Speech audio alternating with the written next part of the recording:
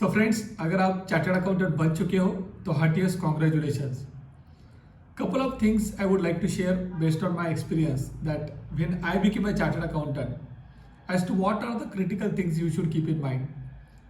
Friends, आप देखेंगे जैसे अभी आप चार्टर्ड अकाउंटेंट बन जाएंगे और आपके कपल ऑफ फ्रेंड्स भी जब सीए बन जाएंगे and you will be also tracking most of the other people who have become chartered accountant on social media. Suddenly आपको एक स्ट्रीम ऑफ लोग दिखेंगे जो who are rushing towards joining a job, searching for a job, changing a city, thinking whether they should go for campus placement or not, which campus placement should they go for. ऐसे multiple चीज़ों के पीछे आपको दिखेंगे जो chartered accountant बने हैं वो रश करना चालू करेंगे. But if you have become a chartered accountant after may be 22 years of study, 25 years of study, then I would say instead of rushing towards your next destination, you should rather take a pause. Take a pause of at least a week or 2 weeks so that you can try to understand as to what you can do in the short term and what you can do in the long term. Have a clarity because you have already achieved something in life. You have become chartered accountant. So cherish that. Be with that feeling for a couple of days. But when you are being with that particular feeling, also think ahead as to what you wish to do now. Because एक बार अभी आप chartered accountant बन गए तो अभी possibilities numerous open हो जाती है and because you can do everything practically few of the chartered accountants may and up doing nothing.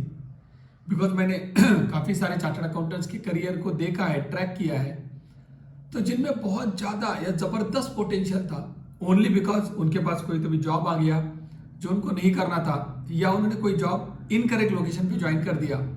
तो लिटरली 2-3 साल 4 साल जब उन्होंने स्पेंड किए वहां पर, तो वो एक चार्टर्ड अकाउंटेंट से अप होने की जगह वो चार्टर्ड अकाउंटेंट से 2-3 स्टेप नीचे चले गए. They were as good as a post graduate या वैसे उनका डिग्री का जो इंपॉर्टेंस है वो कभी उसका यूज ही नहीं कर पाए. एंड अभी उनका जो नॉलेज है वो एक जस्ट एक ग्रेजुएट या पोस्ट ग्रेजुएट स्टूडेंट की जैसा है. So that is very unfortunate. तो ये सब अगर आपको लगता है कि आपके साथ ना हो, so what you should do then, I would say take a break and think ahead कि आपको करना क्या है लाइफ में. बिकॉज जैसे मैंने कहा कि अभी आपके पास पॉसिबिलिटीज तो न्यूमरस ओपन होने वाली है कि आप टैक्स में काम कर सकते हो. टैक्स में डायरेक्ट टैक्स है, इनडायरेक्ट टैक्स है, इंटरनेशनल टैक्स है, ट्रांसफर प्राइसिंग है. अब ऑडिट में स्टैट ऑडिट है, इंटरनल ऑडिट है.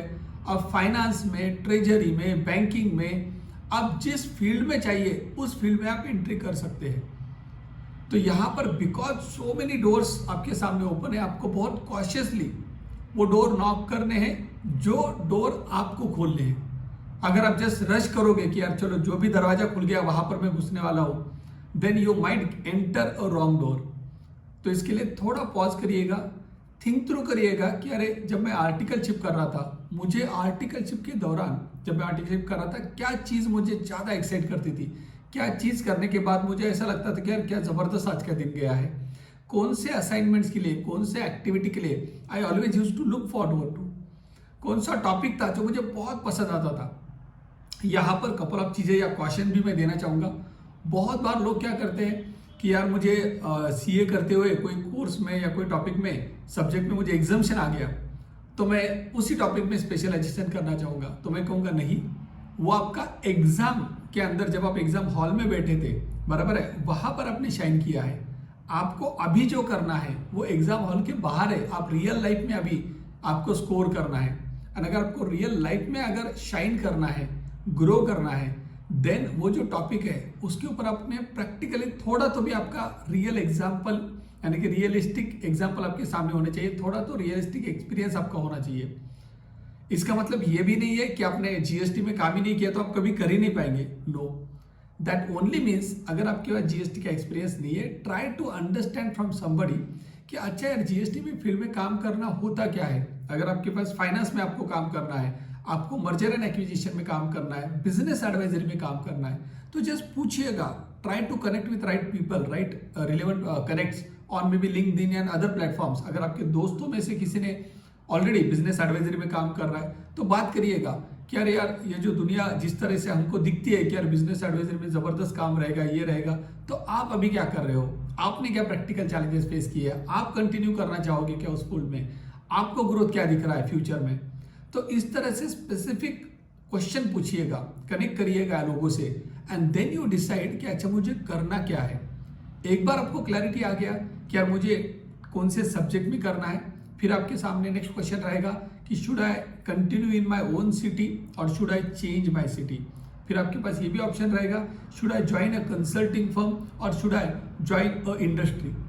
तो यहाँ पर based on my experience I would say that अगर आप कोई स्मॉलर टाउन से आते हैं, it is much better for you to work in a larger town, so that couple of years अगर आप लार्जर सिटी या टाउन में काम करते हैं, आपके पास एक्सपीरियंस बहुत अच्छा आ जाता है। Then you have a choice, either you can go back home और you can continue in that particular town.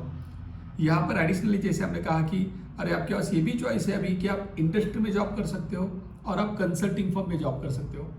तो यहाँ पर माय एक्सपीरियंस है दैट इनिशियली जब आप चार्टर्ड अकाउंटेंट बने हो, आपने ऑलरेडी 2-3 साल आर्टिकलशिप किया है, यहाँ पर आपका कंसल्टिंग बैकग्राउंड का ऑलरेडी आपके पास बेसिक एक्सपीरियंस है, फाउंडेशन एक्सपीरियंस है, तो उसको अभी आप कैपिटलाइज कर सकते हो, उसको अभी आप कंटिन्यू कर सकते हो, और उसी एक्सपीरियंस की बेसिस पे it is much better for you to go for a consulting organisation. मैं ये बिल्कुल नहीं कह रहा हूँ कि आपने इंडस्ट्री ज्वाइन ही नहीं करनी चाहिए, मैं कह रहा हूँ कि मैक्सिमम लोगों का जिनका अच्छा खासा एक्सपीरियंस कंसल्टिंग में रहा है, तो हो सकता है कि वो स्मॉल फर्म में they can think of either continuing in that firm अगर उनको राइट अपॉर्चुनिटीज मिल रही है तो, और they can think of joining a larger firm so that उनका जो बेसिक एक्सपीरियंस है to work in a firm that can be capitalize by them and they can go to the next stage. उसके बाद आपके पास और भी couple of choices रहेंगे, जैसे मैं इंडिया में काम करूँ कि इंडिया के बाहर करूँ।